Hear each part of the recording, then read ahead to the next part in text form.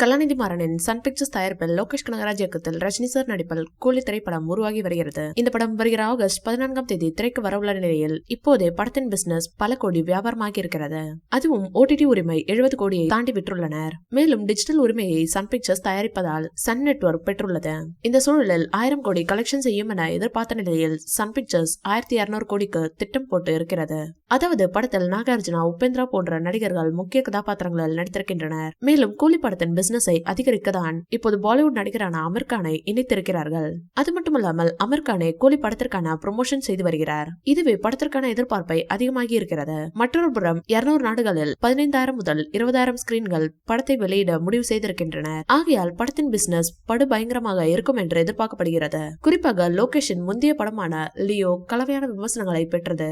மேலும் லோகேஷ் அந்த நெகட்டிவ் விமர்சனங்களையும் ஏற்றுக்கொண்டார். ரஜினி சாரின் படத்தை எடுக்க வேண்டும் என்பது அவருடைய கனவு.